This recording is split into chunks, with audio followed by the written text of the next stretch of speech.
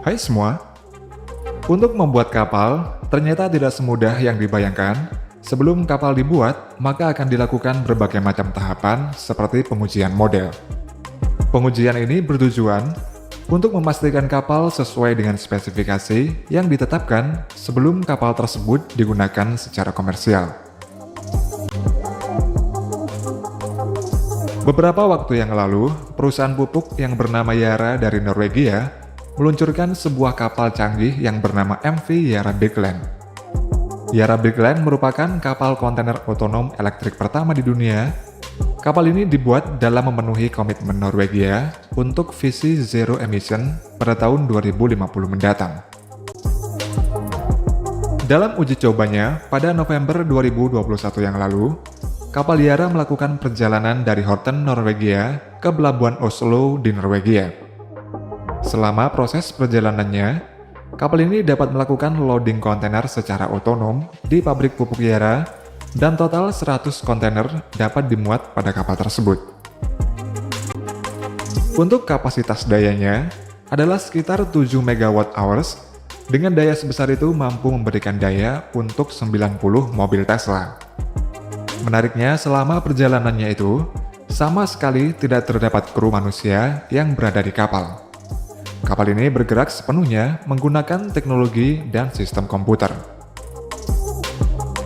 Sebelum kapal Yara Bigland dibuat di galangan kapal, model kapal ini diuji pada fasilitas pengujian untuk memastikan kapal dapat beroperasi dengan baik. Berbeda dengan produksi alat transportasi lainnya, pembuatan kapal membutuhkan waktu yang lama serta sangat kompleks. Dalam pengadaan suatu kapal baru, terdapat beberapa fase, diantaranya adalah perencanaan, desain, hingga produksi. Pada fase desain, mencakup perhitungan, pengujian model, dan lain-lain, sehingga sesuai dengan spesifikasi yang telah ditentukan oleh konsumen. Dalam pengujian model, juga terdapat berbagai macam cara, seperti pengujian menggunakan software, kemudian pengujian dengan perhitungan manual, hingga pengujian model menggunakan towing tank.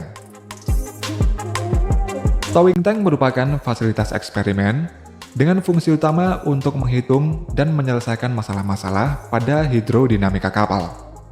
Towing tank pertama kali diperkenalkan oleh William Froude pada tahun 1870. Saat itu towing tank hanya digunakan untuk mengukur resistance pada model kapal.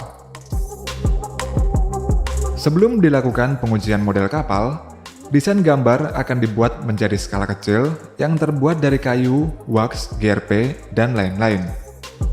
Pembuatan model kapal mencakup propeller, lambung, dan sebagainya. Tergantung dari kerumitannya, terkadang pembuatannya ini membutuhkan waktu yang tidak sebentar. Nantinya model akan ditempatkan pada towing tank. Panjang dari towing tank ini bisa mencapai ratusan meter. Fasilitas ini dirancang dan dilengkapi dengan sistem pengontrol suhu, kelembapan, sirkulasi udara, dan kondisi lingkungan lainnya.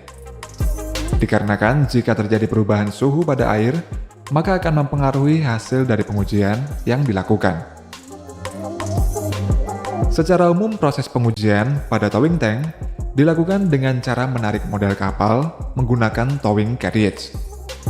Towing carriage merupakan sebuah platform yang dapat bergerak melalui sistem rel yang membentang dari ujung ke ujung towing tank. Dan pada towing carriage juga terdapat berbagai peralatan canggih yang mencakup sensor, komputer, kamera, dan banyak lagi. Pengujian pada towing tank antara lain calm water resistance, kemudian open water propeller test, hingga self-propulsion test. Pada calm water resistance test, bertujuan untuk menentukan ketahanan yang diperlukan oleh model kapal dengan kecepatan yang telah ditentukan pada kondisi air tanpa gelombang. Selama tes ini, para engineer akan merekam daya pada model kapal di tiap-tiap kecepatan yang telah ditentukan, sehingga nantinya akan dapat memprediksi secara akurat ketahanan kapal ukuran asli pada tiap-tiap kecepatan.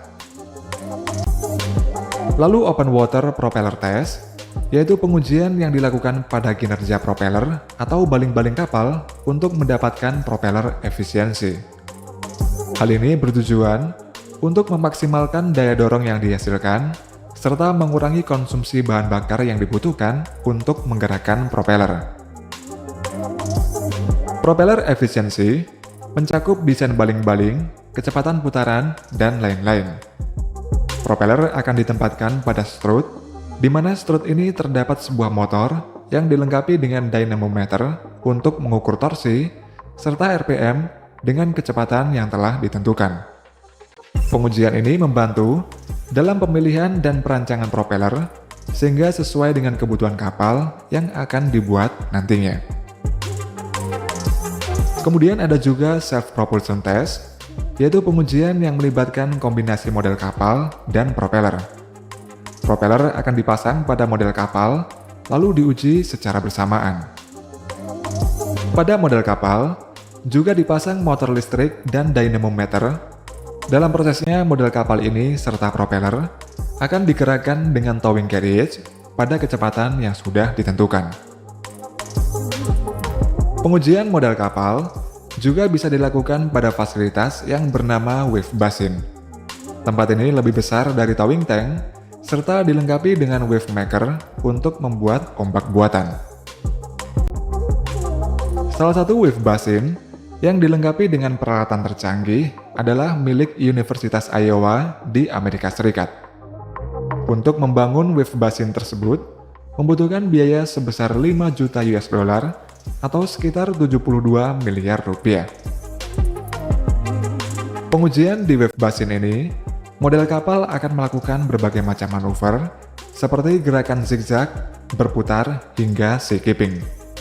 Pada sea keeping, model kapal akan diuji dalam kondisi gelombang yang mendekati kondisi laut sebenarnya. Sea keeping adalah kemampuan sebuah kapal untuk menjaga stabilitas serta performa yang baik saat berlayar di laut terbuka atau dalam kondisi laut yang bergelombang. Dan gelombang yang dihasilkan pada fasilitas ini dapat menghasilkan gelombang dengan ketinggian yang dapat diatur sesuai dengan kebutuhan. Di tempat ini juga terdapat wave absorber untuk meredam atau menghilangkan gelombang setelah pengujian selesai. Kelebihan dari fasilitas ini adalah dapat melakukan pengujian dengan skenario yang mirip seperti di lautan.